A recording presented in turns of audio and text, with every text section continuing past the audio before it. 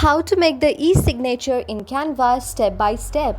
Hello everyone, my name is Smile, and in this video I'm going to show you how you can make a e-signature in Canva step by step. But before that, make sure you have installed and updated the latest version of Canva on your device by going through the Google Play Store and installing the latest device on your phone. Latest application on your device. So after you've done it, just log into your account and open the Canva. Now you just want to have the e-signature. So on the down right section you will see many options there. Just tap on the apps option and just search for the can sign option, and you will see an intersection like this. Just tap there. Now what you need to do is you need to draw your signature. So just tap on the open option, and when you tap on the open option you can simply draw your signature here.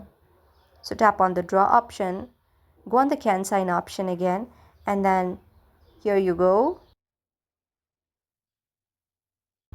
Now when you do this, tap on add to design. Now after doing this, the signature is now visible on the screen. So just like this, you can simply add can e-signature on any of the screen that you want to by doing this. So I hope you like the video. If you like the video, then please do hit a thumbs up and subscribe button, and also comment in the comment section below. Thank you for watching.